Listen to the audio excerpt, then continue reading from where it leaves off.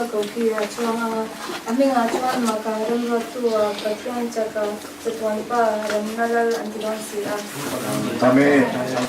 Tin pati to so na hena latu lang na ro min ta to chung sha en karo chenchu ani voina intan voina hian intan ta beda ko a chang to pian ta la ki ta Amen. Nang chuan Minga. mi ngai chuan maka rember tua pathian taka to pa remnala ani ki don si Ngai te Amen. yang lin chu arai nga fapa hringa nga aminga Emmanuela ansang.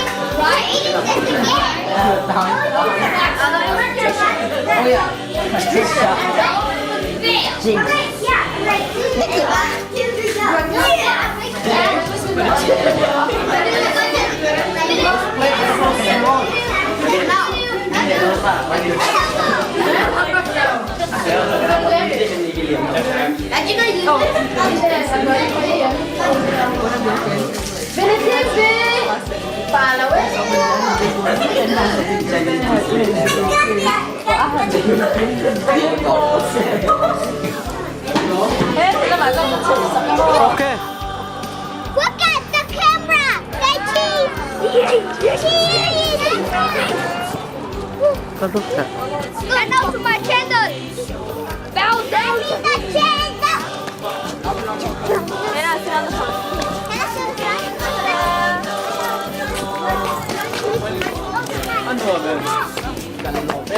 Tilong mo.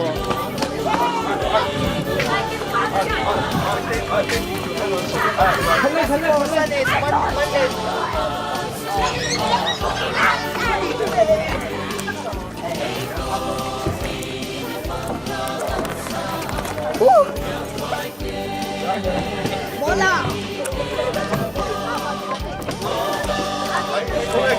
Kay Ma'am, pasensya, pati ka.